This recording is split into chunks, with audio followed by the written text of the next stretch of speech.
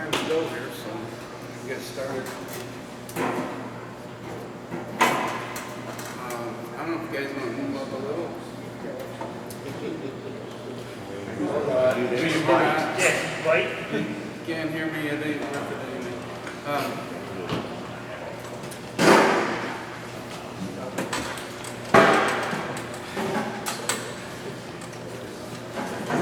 Promise not to bite.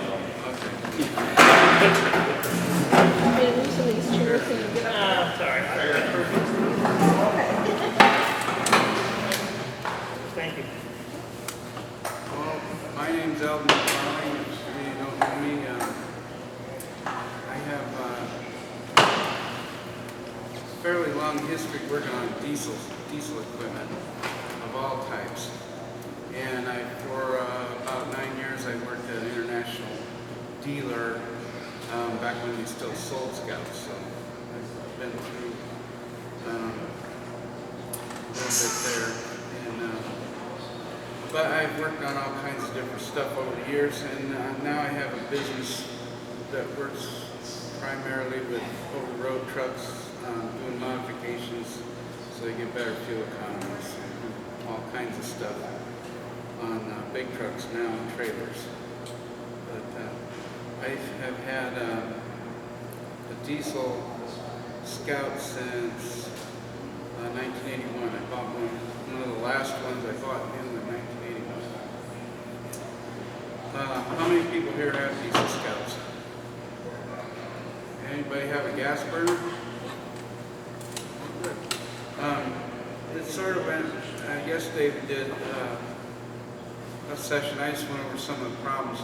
But when I got to the end, we didn't really have time to talk about the coolant, so I'm going to start with that today, just so we get it over with. And I got some information here on Evans coolant, which is waterless.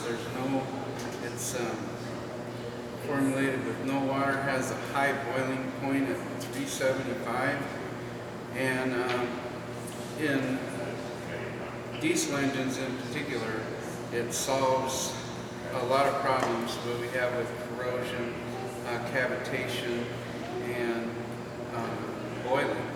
It runs zero pressure, so it is pretty beneficial. It was developed for racing engines, and where they don't want a water pump running or a lot of things like that. They need something that has a real high boiling point. That's where it came from, and it's been around about over 20 years.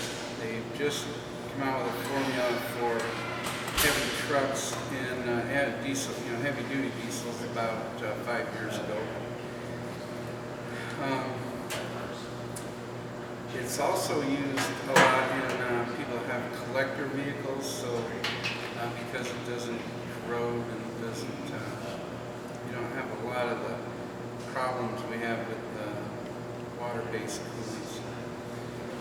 So I just wanted to bring up, if there's any questions, I'll talk about that, but something. And you want to pick up a brochure, go read up on it on their website and stuff. I just want to put that out there. And then I'll just hit a few things that are common problems on the Nissan diesel and the Scouts, and then if you got any other questions, just we'll talk about that. One of the most common problems I find is getting the wrong oil filter. There's this Wix or NAPA filter that they have listed incorrectly in their application guide. So there's several problems with it. That's another one. The proper filter for the Nissan diesel has this full gasket on here, and it has a depression here for a rubber seal, and then there's also a spring and a washer that goes behind it, which what you find is you go down the Jiffy Lube, they say, gee, I never seen one of them, and they take it out and dump the spring and the washer in the used oil, and then they don't know to put it back in there. So to do that, the filter is sitting in the canister and it doesn't even touch the header.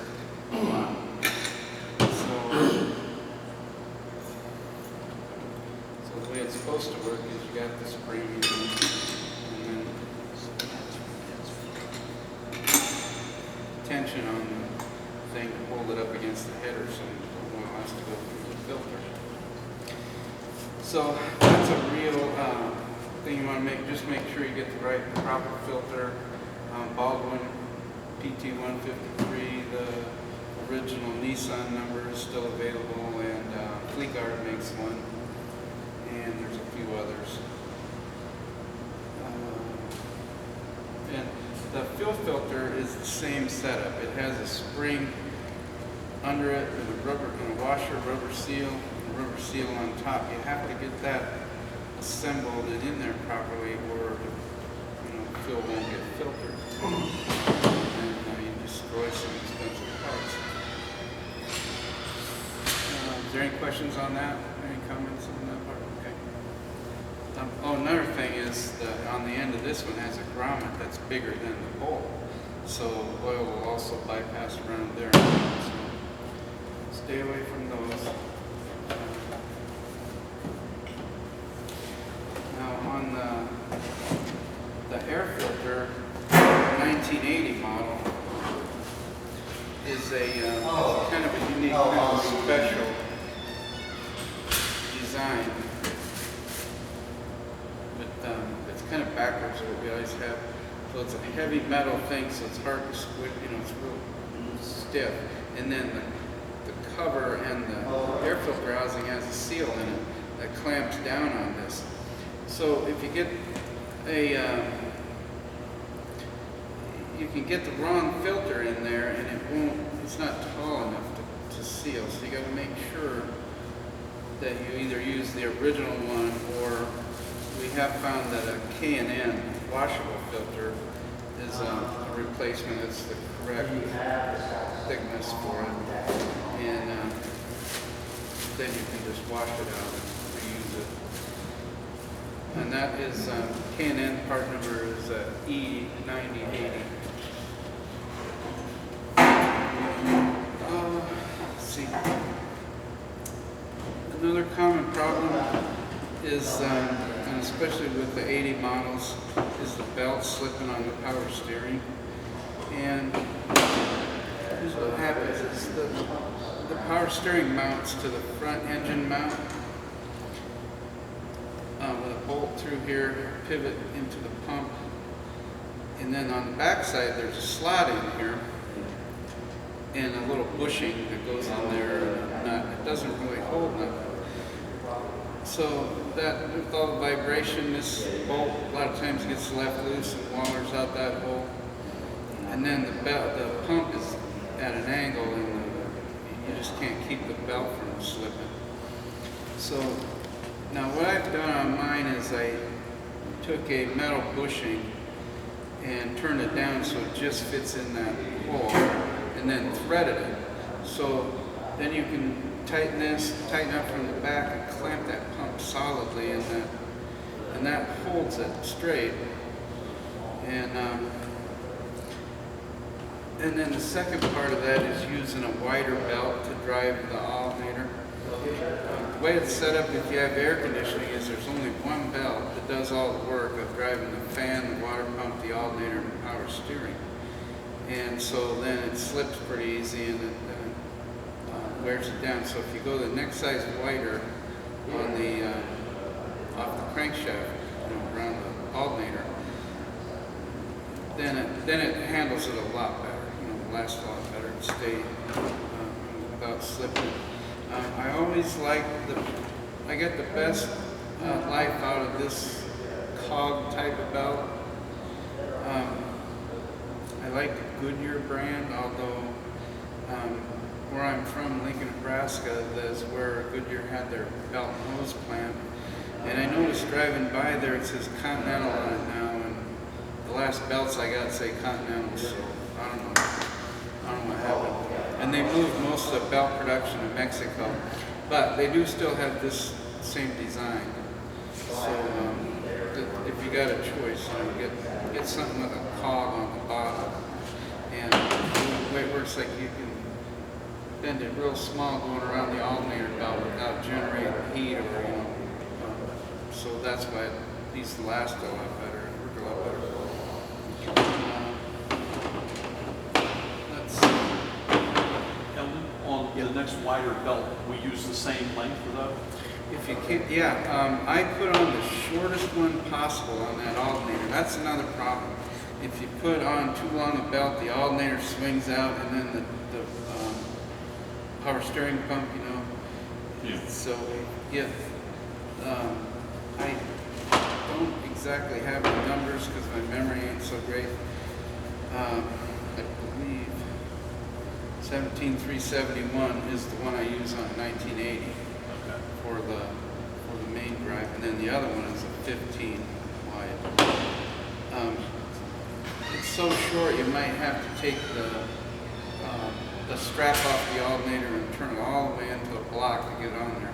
But then you got a lot of adjustment, and then you can get it to grip really well.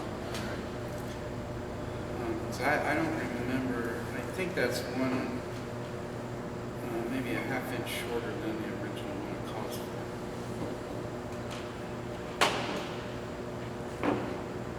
for. I have some of my cards here. If you ever need some help finding the right stuff, give me a call. What else? Any questions on that so far? And if you want to see how I redid this, I have my Scout sitting outside. You can look at that.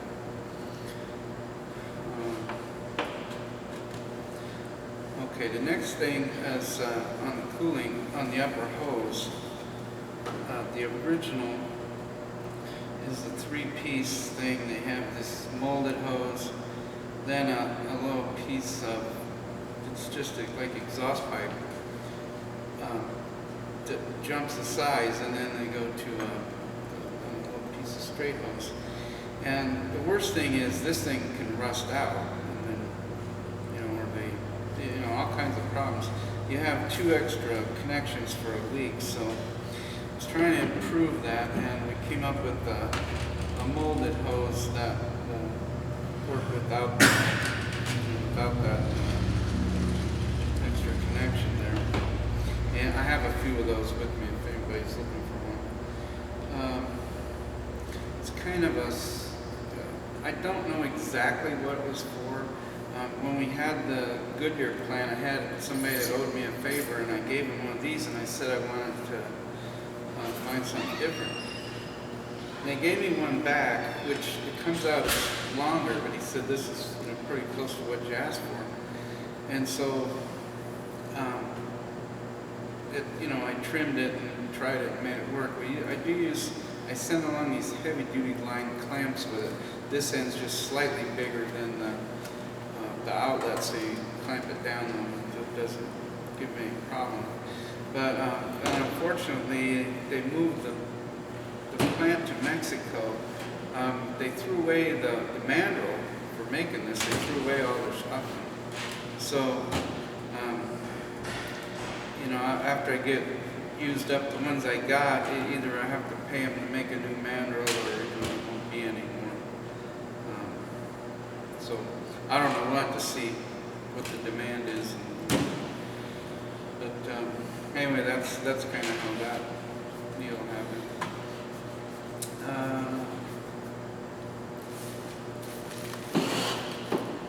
And any questions on any of that? Okay. The next thing you get into as a maintenance item would be the nozzles. And in the SD33, the combustion chamber, there's a tremendous amount of turbulence, and it erodes away the end of the nozzle tip.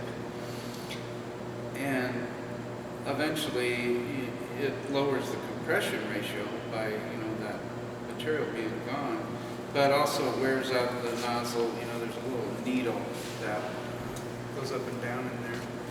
And I got some really bad ones here if you want to look at them.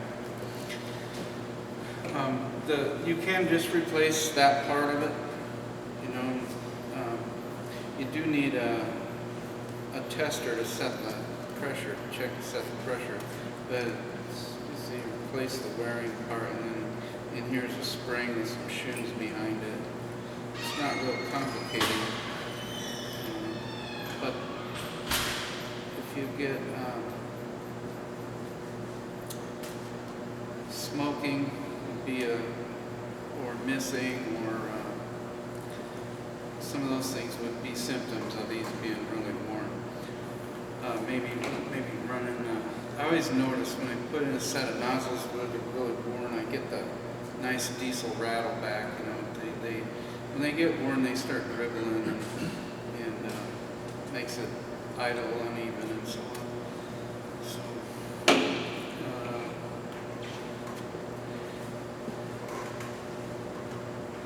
So that's well, maintenance items would be, of course, belts and hoses and filters, but then at somewhere between 50 and 75,000 is usually a good time to check the nozzles, and usually, you know, they're always going to be worn with this type of thing. So just if you pull them out, just plan on replacing them. Any questions on the fuel system or anything? Now, one thing on the 1980, if you have the 1980 model, we have the canister filter on the engine, and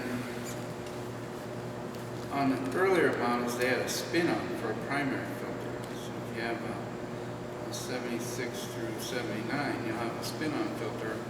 But on the 1980 model, they have this little bitty screen in a banjo bowl. So where you have, it comes up from the tank through the hand primer, goes down to the inlet of the fuel pump on the side of the injection pump. Right there is a screen. Most people don't know that's there, so that will get plugged, and then if you have low power, for instance, or those kind of complaints, you need to check that, or you need to clean it periodically. Maybe once a year, once every couple of years. Depends on the quality of your fuel, how often that's going to get. Would you describe where that is again, please? Well, if you follow the fuel line, you got a 1980, and I can show you on mine. Okay. But the fuel line comes up from the tank, Right. and then the hand primer on the firewall, and then it goes from there to the injection pump. On the side of the injection pump is a little transfer pump. Right. Okay, and then if you have the stock thing, it's a flared line goes into an adapter that has a banjo connection on it, and it's that bolt that goes through that banjo. If you unscrew that out of there, then there's a little slot in the end where you see that you can unscrew it out of the bolt. There's a little bitty screen in there. It's not. It's a kind of a poor way to do it. An upgrade for that would be to put a primary filter on there, a Raycor or something like that, or even just a primary spin-on to catch all the junk, and then it would save you, having to deal with that. But you see, I find that missed a lot of times, and it's real common on a lot of Japanese stuff. Isuzu trucks and Mitsubishi, lots of them use that kind of a setup. So, Is there an advantage to that? Is there an advantage to that type of setup, or is it kind of an antiquated setup? well, I think the advantage was the cost when they built it. When I got my Scout Nuke, see, the parts book shows that it comes with the spin-on filter. And I went there and said, hey, you guys forgot my filter. Back while they didn't update the parts book, they don't use it on the 1980. So it was purely a cost thing, I think. But it's not,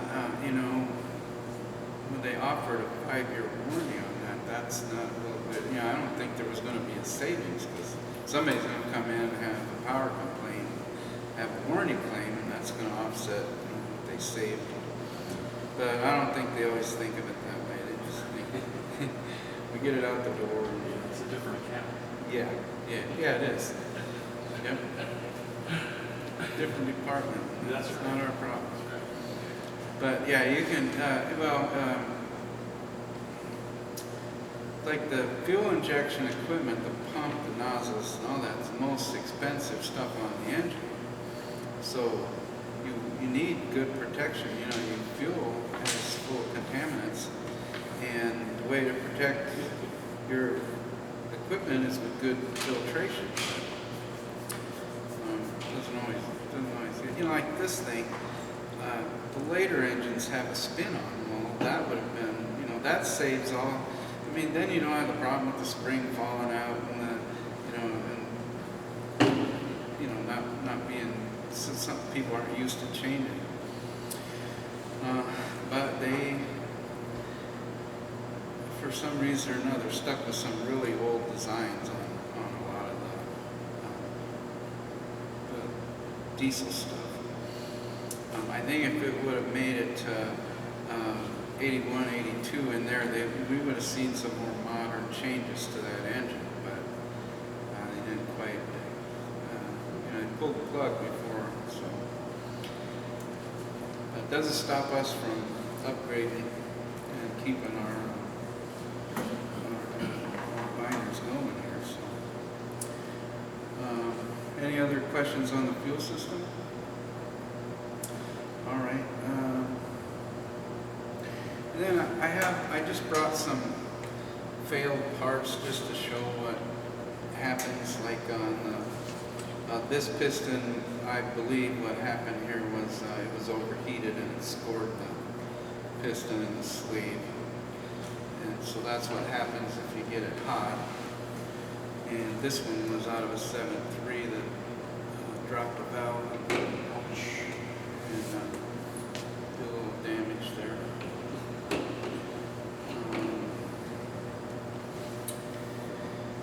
And let's see, I'm trying to think if there's any other stuff. I mean, I don't have that much trouble. Oh, yesterday somebody asked about the alternator. They had trouble with finding parts for an alternator. And I haven't had trouble with mine, so I haven't really had to do that. But one of the best upgrades I ever did on anything was on my Trail Scout. I put Hydro Boost on for the brakes. And then with the diesel, that eliminated the alternator having to have a vacuum pump. So on my rig, I put a truck alternator on the opposite side where your air conditioning compressor would go. So now I got a big alternator, I can run my winch, I got plenty of power.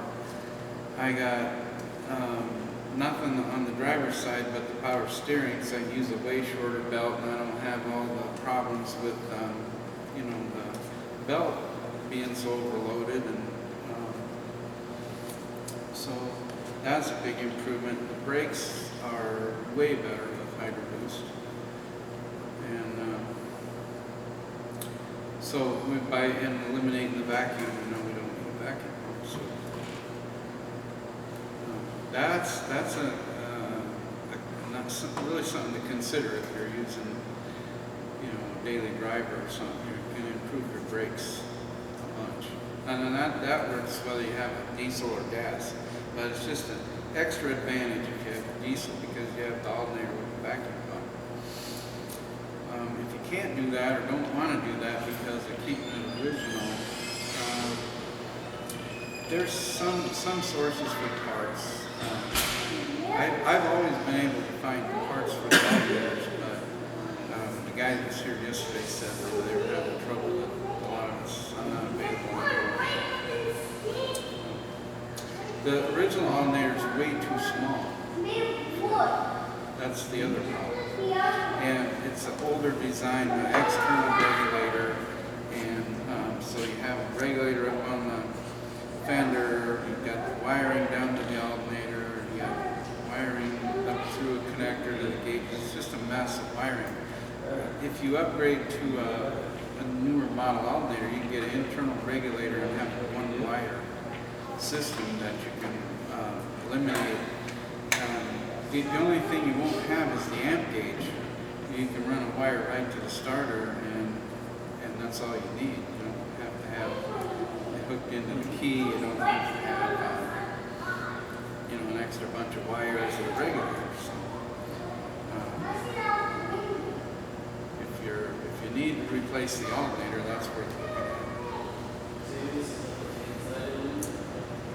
Let's see, what else did we talk about yesterday?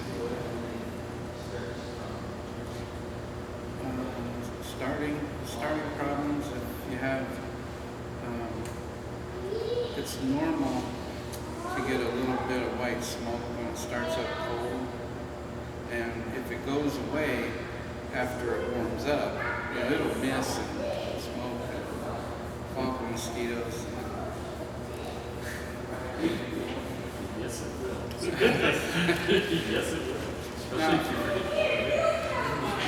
Now, if you just hold your glow plug button a little longer, see, in the 1980 model, well, I think they're all that way. You hold the button, the light comes on for 20, 30 seconds and then goes out. But that's not long enough to heat up the glow plugs. So if you hold it, you got to experiment with it, but you hold it for like a minute and then start it. It's usually going to be a lot better.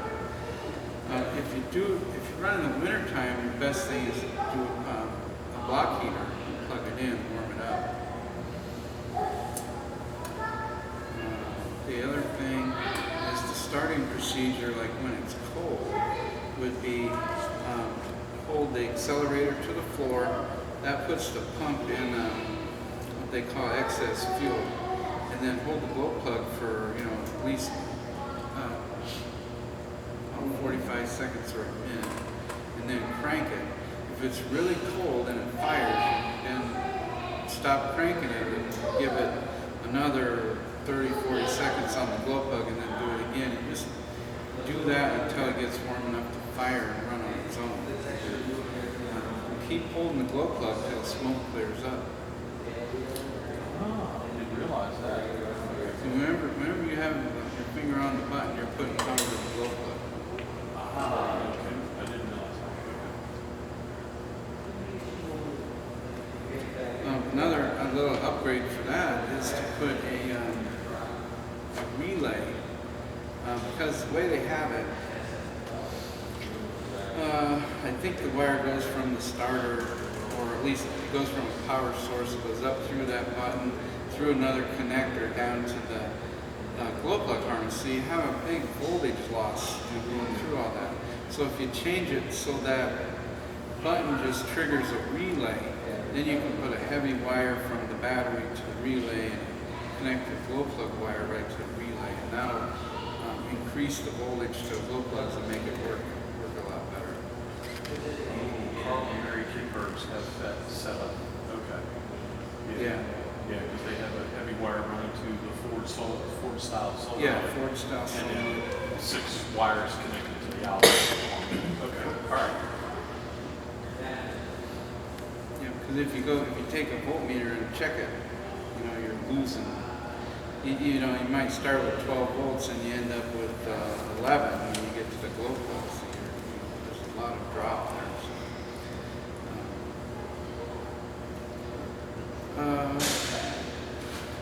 And that's about all I can think of. So, anyone have any other questions?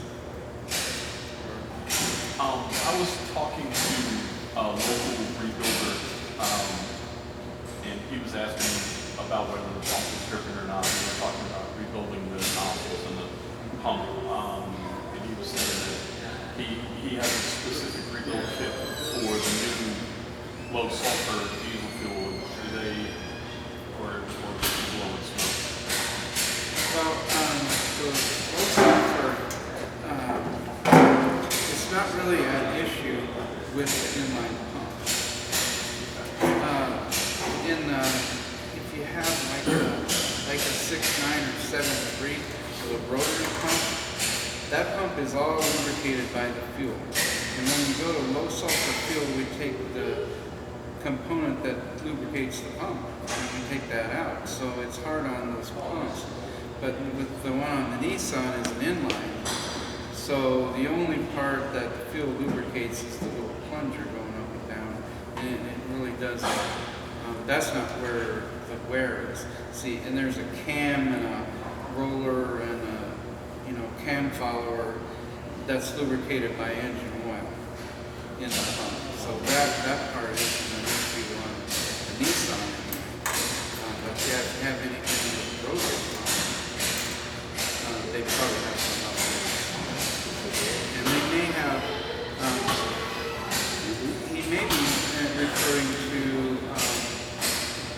like gaskets and seals. Right. And a lot of those they'll upgrade the material and O-rings. That could be some. That would be pretty minor, and we don't have to have trouble with that kind of stuff. What about now, Minnesota, they got the biodiesel in it, so it's a diesel. And that's getting to be in a lot of areas it's a four-letter word. Now, it depends on what the feedstock is used to make it. And do you know what they're using? See, probably the best quality stuff I've ever found comes from soy, which, in the Midwest, we grow lots of soybeans, and we should have lots of soy diesel. But there's a thing called politics that gets in there, and and businessmen, and so states will go, this is good stuff, it burns clean, it helps, it helps everybody, let's do it. So then let's take a little further and have our taxpayers, give these guys money to develop this stuff. And so, hey, and so I'm all for it. I could go buy me soy, commercial soy diesel. Well, it's very good quality, and there's other countries that have known that for a long time. And so they'll pay more for it. So we subsidize it, and we should get it, right? But they can make more